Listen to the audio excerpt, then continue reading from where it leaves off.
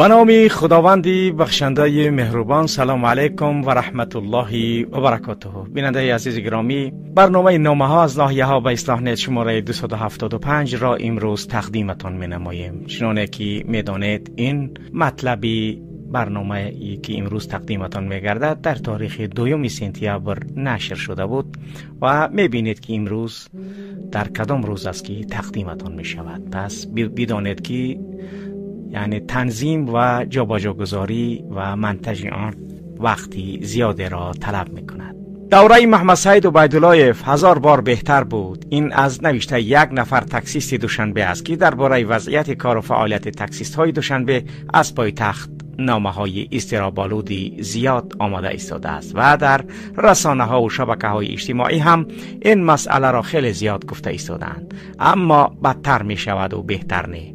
رستم امام علی بنابر معلومات های رسیده همه شرکت های تاکسی را از شهر بیرون کرده، فقط شرکت های خودش را وارد کرده است، اما با جای فراهم و مساعد کردن شرایط بالای تاکسی ها همه روزه مشکل های نو را بار کرده ایستادند. در نامه زیر که از یک گروه تاکسیران ها رسیده است درباره یک قسمی از این مشکل ها گفته شده است. دوشنبه. السلام علیکم، دولت محمد اقبال. این نامه را ما یک گروه از راننده های تاکسی های شهر دوشنبه برایتان می نویسیم. این را نشر کنید تا مردم کشور بفهمند که در دوشنبه چی گپ و کار رفته ایستاده است. تاکسیست های پایتخت با چه حال و روزند، یک تکنان را با چه عذاب و مشقت به دست آورده میخورند. بعضی ما در تاکسی دوشنبه 20 سال، بعضی 10 و 15 سال کار کرده ایستاده ایم، ولی در این 1-2 سال اخیر با وضعیت و مشکل های روبرو شده ایستاده ایم که پیشتر تماما وجود نداشت. با 1001 بهانه کار تاکسیست های پایتخت را مشکل کرده ایستادند. دوره محمد سعید عبیداللهیف 1000 بار بهتر بود. شکایت ما مشخصا از راهبران اکو تاکسی و صفا تاکسی است. باور کنید که این شرکت ها خون بدن تاکسیست ها را مکیده ایستادند. یک ساکن دوشنبه در یک برنامه شما گفته بود که نرخ تاکسی های شهر دوشنبه بعد از آن که در بازار مسافرکشانه پایتخت فقط شرکت های رستم امام علی ماند تمام به نهایت گران شد. حتی از نرخ تاکسی های پیشینه که با بنزین میگشتند بالاتر رفت. همان آدم 100% درست گفته است. حالا من به شما وضعیت درون را میگویم. داملا باور کنید ای خودمونم ای همین تاکسی را بیزار شدیم. به عادی هر روزه مجبورن کسل داری، تعزیه داری، اوتت میمره، فرزندت میمره، خش تبارت میمره، خودت کسل میشوی. با اینها فرقش نیست. 100 سامانی مجبوری میگیرند. شما حساب کنین در تاکسی در یک روز 100 سامانی میدهد. اگر این مبلغ را نتواند دادن از 3 روز مهلتی پرداخت را گذراند با پرسنت میبندند. 120 سامانی میدهد. این در حقیقت مصیبت بالای تاکسی ها هست. دیروز مجلس کردند روز 28 اوگوست. رئیس تاکسی های صفا تاکسی و اکو تاکسی به تاکسیست ها گفت در پوشیده این خبر از همین جنب رویه جوره تاکسی پلتفرمای تن از سپتامبر می شود. دهشت می شود. ای مردم، ما تاکسی ها روز نداریم، شما هم روز نداره. جای 10 سامانی می شود گران. باور کنید پروگرام جوره تاکسی که اینها میکنند 10% زی بالا میگیرند. بغیر از 100 سامانی هر روزه این مبلغ برای این گشنه ها کم بود که 100 سامانی با 10% بالا شده میمونه. او به انصافا 100 سامون شما در ای هوا رفت استایکو. تاکسی ها از بانک قرض دارند. این قدر مبلغ از کجا میابند؟ شما با کدام عقل این کار رو میکنید؟ باور کنید که همه از جانمون بیزار شدیم. از 12,000 زیاد ماشین است. مردم بداد آمدند. برادر محمد اقبال به خدا همه منتظرند کار شوه و ته اینها جنبه. مردم میدانند چی کار کنند با اینها. رستم امام علی تو پرزیدنت شوی با این عقل و عقیدت، با این نفسی بدت چی خیل میشی؟ فکر نمیکنی یک گپ خبر شوه این مردم زنده زنده میخرند ترا به خدا. یک شهر را سفر نمیره. بداد آوردگی پرزیدنت شوی تاجیکستان رو با چی حال می آورده باشی؟ دمولا با خدا ای جانمون بیزار شدیم. این قدر مردم رو بیزار کرده ایستادند. در همه کار تیار شده ایستاده ایم. این مردم راضی اند که با میتینگ برایند. مردم مجاهد به تاجیکستان درآیند. ما یاردم خود را میرسونیم. تیاریم، شما را نگاه داریم. شما بسم الله گوید ما ان شاء الله در برتون میشویم. التماس این نوشته مرا در نامه ها از ناحیه ها حتما بگذارید. امید کلان از شما داریم. تمام. اول از الله بعد از شما. در آخر باز یک مشکل دیگر دیگر بالای تکسیس ها را میخواهم برایتان بگویم. ما را وادار کردن نمرهای سبز گرفتیم، حالا باز مجبور کرده ایستادن که نمرهای زرد را هم بگیریم. برای این نمر باید باز 260 سومونی بتیم. نمیدانند چه خیلی پول جمع کنن ای تاکسیست های بیچاره. گاهی ها میگویند که این نمرها را شرکت ها خودشان جاری کردند، گویا برای پیشگیری از تاکسی های پنهانی کار میکرده جدا کردند. گاهی ها گفتند که این نمرها به پول، اما شرکت ها 260 سومونی طلب کرده ایستادند. آخر این ظلم برای چی؟ و خدا وضعیت به حد بد از بد هم بدتر است. خب برادران گروه تاکسیست هایی که این نامه را نوشته بودید، باور کنید من در همین 274 نامه‌ای که نشر کردیم، خوب بعضی از برادران می نوشتن که نامه مرا نشر کنید تمام، ولی همین برادری که یعنی که نامه را نوشته بودند همین قدر میپرسیده که فکر میکند که همین نامه را همیشه که نوشتی ساعت ساعتی 7 کل اوساری بعدی برنامه نشر شود. برادر گرامی، ما دولت نیستیم، ما 500 کارگر نداریم، ما شبکه تلویزیونی نیستیم که یعنی یک بینی زدنی در اختیارمون باشه و هم کارگرات کار کنن هر روز برنامه نشر کنیم. ما در یک هفته 3 برنامه نامه ها هست، یعنی برادرای بودن که نامه را می نوشتن 2 ماه پس نامش نشر میشد. برای چی؟ به خاطر که کارگرها به همین شکل کار میکنن. یعنی ما 2 سپتامبر اگر فکر داشته باشید نگاه که خودت 20 چندم نوشته، ما 2 سپتامبر نشرش کردیم. یعنی دلالت میکنه که مقاله نشر شده از کاری که از ما میباید هیئت ایجادی انجام میدیم، ولی اینکه برنامه کی منتج میشود این وابستگی به همون رفتی برنامه دارد. برنامه 271 نشر شده است، از این برادر تاکسی میگن نمیشه همه را پیش همه نشر کنیم. برادر گرامی، مطلب شما در برنامه 275 جای گرفت، حتی سیلکه مقاله رو فرستادم که در برنامه 275 است. پس باید منتظر باشی که برنامه 275 یعنی منتظم 71 72 73 74 75 نشر می شود. فکر میکنن که یعنی ما برقصد نشر نداریم. این کار در اصلاح هیچ وقت نیست. هر مقاله که نشر شد نوار می شود، اما وقتش نامعلوم. از اگر بگیم که یعنی که کمکات کاملا قطع شدگی است، با میگرده میگه که رحمانوف تمام نکرده است، نگرفته با شما سر کرده. خب ما دیگر همین قدر امکان کار کردن داریم. حالا فعلا اصلاح یعنی با اون شکلی که پیش بود 8-10 کارمند به اون شکل نیست، چون که واقعا هم دیگر امکانی بسته‌بندی کردن نیست. همه تاجرای ما در خدمت رحمانوف و رستم عزیز ما اند، میزنه پولشون میگیره با پولشون میتین. خیلی دیگر همین است، چیکار کنیم؟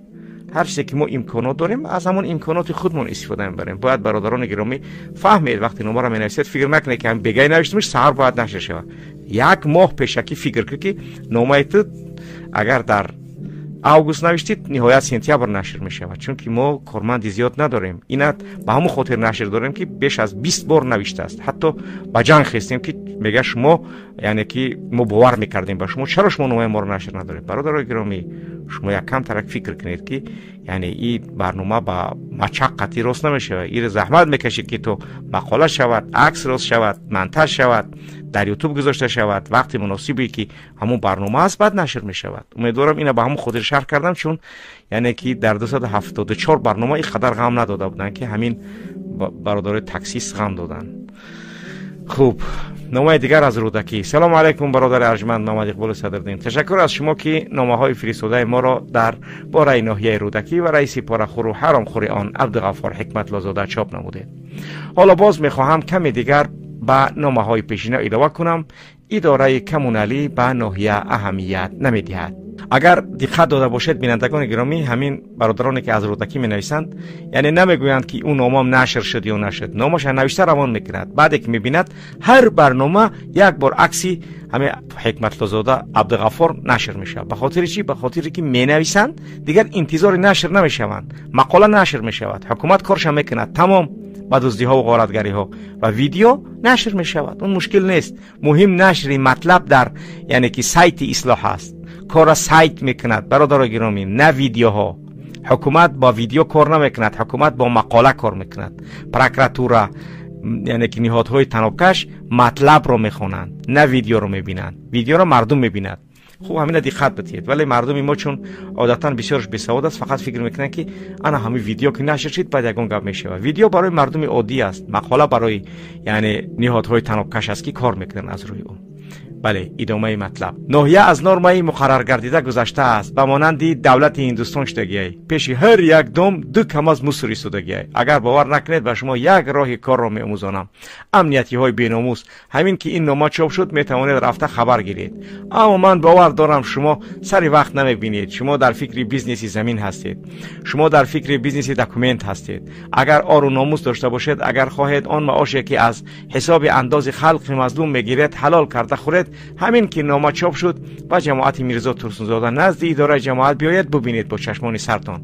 با اندازه بوی غلیظ دارد که تا کیلومتر بویش می آید. مگر این رئیس غارتگر یا از آن موضع هر روز نمیگذرد بوی غلیظی پرتاگاه با دماغش نمیزده باشد؟ بیا اینکه وقت شخص غارتگر شد با وی هیچ چیز دیگه فرق نداره، یا اینکه یگان بوی در دماغش نمیزنه غیر آن نفری که حکمت لازاده را پول میدهد. ما در این همه بی سر و سامانی ها فقط 2 ساختار قدرتی را میبینیم: امنیت ملی، پروکراتورای گنرالی. من کمی میخواهم روشنی اندازم. من مثال نمیآورم. رئیسی غارتگر با اس یتیموف یک بیزنس یک جایت دارند. برای همین امنیت یک ریفاله حکمت لازاده عبدالغفار شدگی. این حکمت لازاده خیلی از صاحبکارانی با آر و ناموس فرخار را با مبلغ‌های تا $500,000 کیدت کرد بر عوض گرفتن پول و وعده داده بود که این تریتوریا را میدهمتون، اما با دیگر صاحبکاران غیر میفروخت و شهرمردان فرخار را کیدت کرد، چون که ریچک فرخاری ها در دست اس یتیموف می باشد. با همین اصول صاحبکاران فرخار را در ناحیه شکسته ایستاده است. میخوام درباره گناهکار بودن پروکراتورای گنرالی کمی باشد معلومات دهم. برای چی پروکراتورای ناحیه اعتراض یا اینکه مانعگی نمیکند؟ چون که حکمت لازاده با پروکرور حاضره ناحیه گفته است که در کارهای مل زید نکن، کونه بجق بگرد. در این ناحیه ما گپ میزنم. وقتی گپ زن بگم تا گپ میزنی، وقتی بگم خب کن خب میکنی. ای خط کشیدگی نمیروی. اگر یک کار تفهمم رنگ پروکرور سابق دولت حسین دفت میکنم.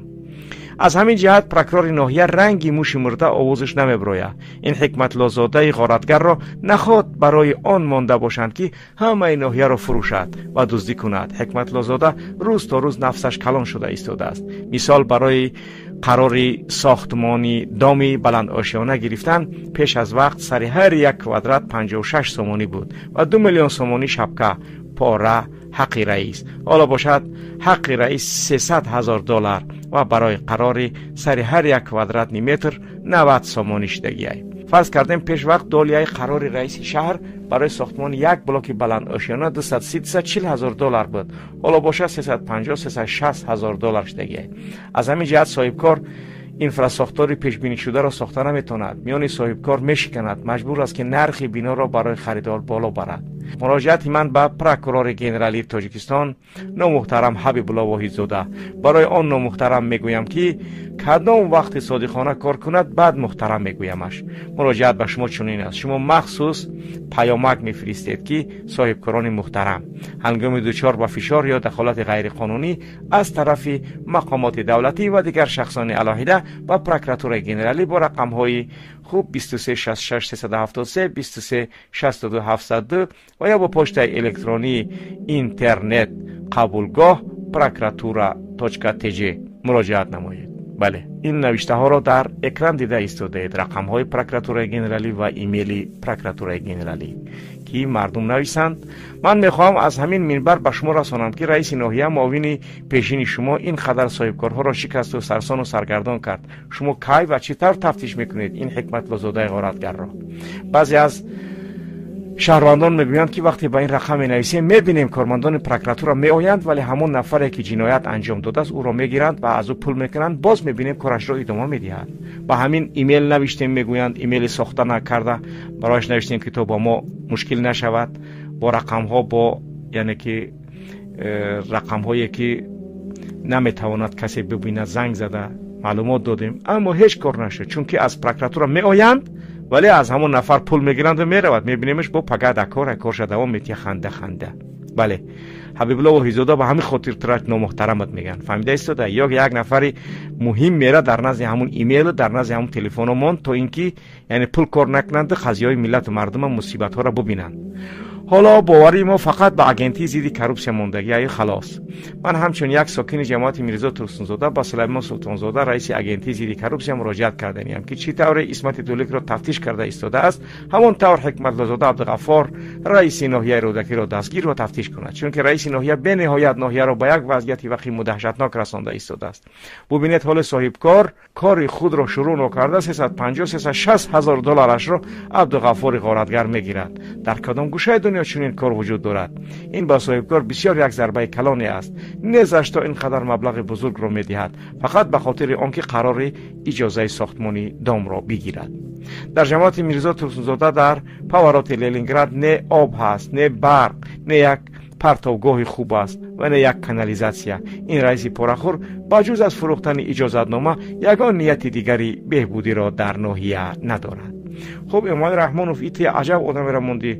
ما فکر کردن که پرکرار معاون پرکرار میمونی وضعیت خوب میشود، ولی وضعیت از بد بدتر شد. کو چیگه با شیخ رحمانوف نامه دیگر از شهر توس. سلام علیکم داملو محمد اقبال. خدا کند که همیشه در راه مبارزه حق بر باطل استوار و محکم و قوی اراده باشید. من از قشلاق بودیانی ناحیه شهر توس برایتان می نویسم. صحبتم درباره عاشورا، دیرکتور مکتب رقمی 11 ناحیه است. این دیرکتور فرقش این است که از معلم و معلمه ها هم پول میگیرد. هر کسی به این مکتب با کار آید معاش اول او را همین دیرکتوری مکتب میگیرد و در کیسش میزند. خودش میگوید که از هیچ کس نمیترسه. شوهرش در امنیت شهر توس اخرا نشده کار میکند.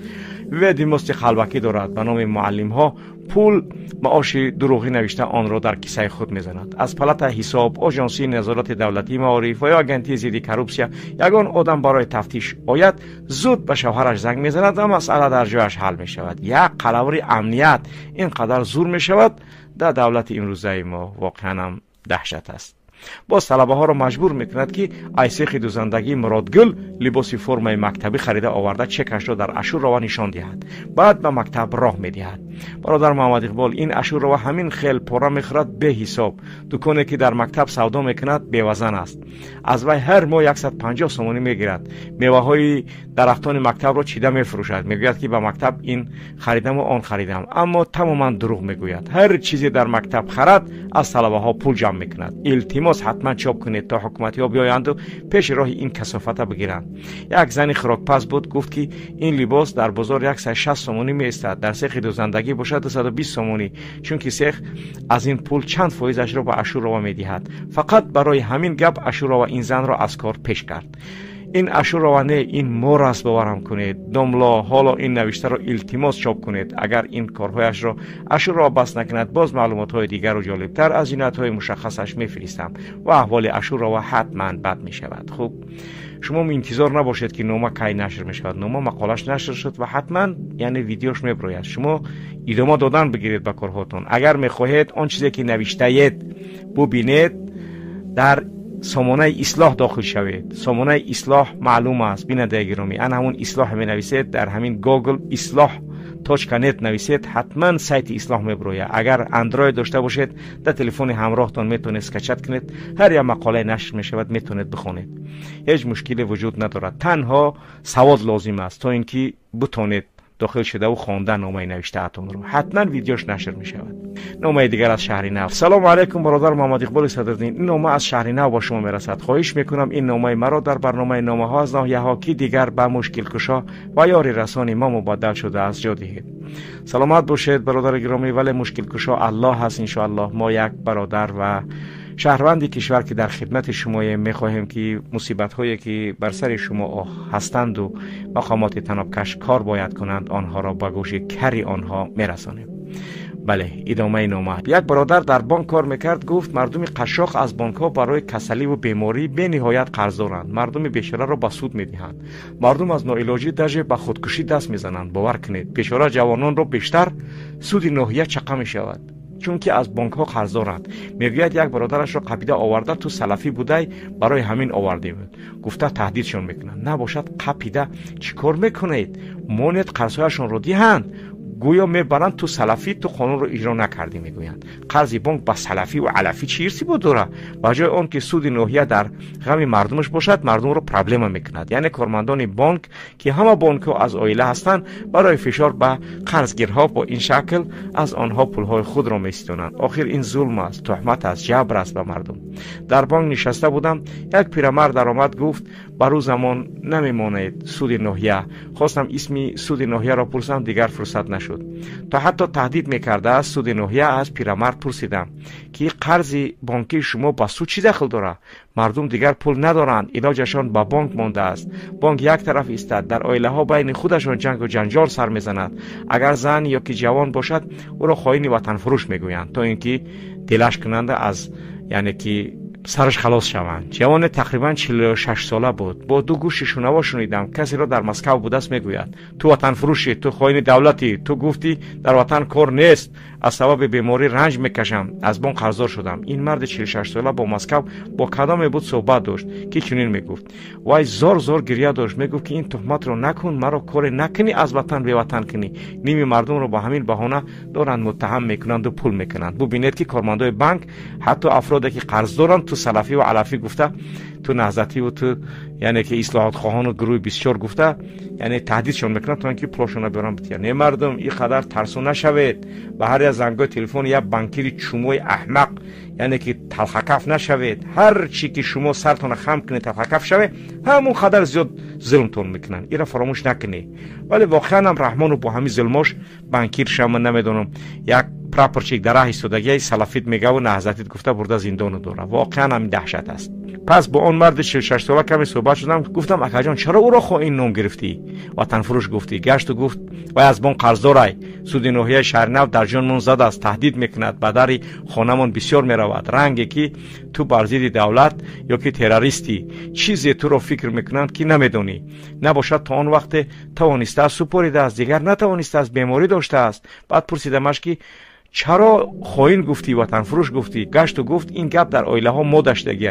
اشاره خنده کرد. من گفتم میدونید برادر شما خطا میکنید. با یک جوانی که بیماری دارد، خوب از بانک قرضدار شده است، ولی این معنی اون رو ندارد که او را تهمت کنید تک فشار مونید. اون مرد 46 ساله رفت خندیده. یک کمی شیشتم در جایم که غمگین گشتم با این وضعیت. در این وقت یک مادر آمد و در پیشم در آچرد یعنی در نوبت نشست. کمی به چهره این مادر نگاه کردم و گفتم مشکلات وزنین دارد مادر جان؟ بله گفت. پسر جان. مادر کلان سال بود. چی مشکلی؟ گفتم. بعد آن مادر را نشان داد، گفت که یک پسری خردی داشتم، از کسی گرفتم، کلان کردم، راستی دیگر پورا نگفتند. من گفتم خوب مادر جان مشکلی چی باشد؟ گفت همون بچه ریشدار رو میبینی، این پسرچه هم از بانک قرضدار، اما طلا بچه به همین خیلی مشکلی آورده رساندن، او را برای همون ریشش تهمت دارند. همان بچه قرضدارم را او را خائن و تروریست و وطن فروش گفته هر صبح و شام چنین میگویند. اکش به زندان بردنی است. میدانید خائن کی شد، پس کی را در نظر میگیرند؟ واقعا هم دهشت است. به خدا قسم برادر را تهدید دارد. گفتم که خوب بانک با این چی دخل دارد؟ این جنایت شده نمیتواند. از بانک آدمانی زیاد قرض دارند. گفت مشکل بانک این است که او را از خانه و درش با همین بهانه خائن و وطن فروش گفتن محروم کردنی هستند. مادر گفت که زندگیش را ویران کردنی است. چندین مرتبه برای منزل جنگ و جنجال ها کرده بودند. من گفتم ای مادر این خائنی نیست، مشکلات بانکی به این کارها دخالت ندارد. واقعا درست گفته. سلامت باشه شیر مرد ملت. بزرگترین خدمت دارید با این دعوت هاتون و فهموندنتون. برادر محمد اقبال ببینید وضعیت را تا کجا پیچیده و مشکل کردند که فشار سود ناحیه شهر نو را که کار میکند او را خائن و وطن فروش اعلان کند و آن جوان به فرزند و زنش دیگر گریزه شود، مشکلاتش بالای مشکلات شود تا که دیگر بر نگردد و آن مرد 46 ساله صاحب منزل شود. واقعا دهشت است. پشت این فشار سود ناحیه هست که او جوان از بانک قرضدار بر بالای این اکش سوء استفاده از قرض بانکیش کرده، او را با یاردم سود ناحیه خائن و تروریست و وطن فروش اعلان کرده ایستاده است. ببینید که سود با اکش یک شخص بیگناه را کار میکند بر ضد حکومت شود. این مادر گفت که این بچه سواد خوب ندارد، لیکن خاکسار خوب و قرضدار شده است، لیکن به وی تهمت زده ایستادند. گفت بیماری اپیلپسی دارد، خودش را تبابت دارد. این مادر گفت که بچه‌اش را به همین بیماری آورده رساندند چون که وی صحت بود اول. در این جای گپ بود که آچردی پول سپاری رسید و رفت مادر به پول سپردن. من به این همه بی‌عدالتی ها دیگر چی گفتنم را نمیدونستم. آن جوان را حالا من کافت و کاب دارم، او را آکش به این وضعیت آورده است. من مطمئنم که روز آن جوان را بازداشت کرده با خائن ها همراهی که داری گفته میبیارندش. در پس این کارها اکی خودش است. برای خانه و در برادر خودش را تهمت زده ایستاده است. سود ناحیه 28 آدم بوده است، پاره گرفته و طرف اکش را گرفته ایستاده است. اما من این جوان را جستجو دارم تا کمکش کنم از وطن بی وطن نگردد. ای برادر سودیه ناحیه، که نامت را نمیدونم، خانه این جوان را نسوز که فردا خانه خودت سوخته می شود. در پیش الله جواب خواهی داد. آن جوان بیچاره در غریبی در مهاجرت است، نخواد برای 50,000 سومانی که مطمئنم کار کرده پس میگرداند تو او را همراه اکش از خانه و در بیرون نمایی. 50,000 سومانی این پول، این یک عبدی اسماعیل پینگوین نمی شود. شاید یک پول عبدی همین سود ناحیه باشد. کی میداند که با چنین سرنوشتی تلخ چقدر عائله ها در تاجیکستان گرفتار شده باشند. واقعا دهشت است. سلامت باشید برادر شهر نوی که چنین وضعیت مردم را تفحص کرده و می جوید و این است دردی جامعه. هر یک شهروند کشور اگر ان همین خیل بجوید ببینید که چقدر تهمت ها بر سر جوانان بیگناه در کشور می شود. ولی ما و شما باز هم سرها زیر تاقی خواب می گردیم که یکی پیشو نفهمه. اگر هر چقدر که ما مرغ شویم ترسیدیم، همان قدر غلام ابن غلام باقی میمانیم و هر کاری که این نامردان این ظالمان میخواهند بر ما و بر عائله و فرزندان و نبیرگان ما انجام میدهند. پس امروز وقتی آن رسیده است که ملت بیدار شود. همه آن چی میبینید نویسید تا اینکه آن درد ملت و مردم را ما رسانه‌ای کنیم و امید داریم که آن تغییرات حتما حاصل می شود. حتما تغییرات حاصل می شود. تنها و تنها توکل بر خدا و کاری که باید انجام دهیم انجامش دهیم. بله بیننده گرامی، در نوشتن نامه ها کوتاهی نکنید. وضعیت و حالتی که میبینید آن را نویسید. ان شاء الله تغییرات حاصل میگردد. در گذاشتن لایک ها و انتشار این برنامه ما را همراهی نمایید. شما بود محمد اقبال صدرالدین. سلام علیکم و رحمت الله و برکاته.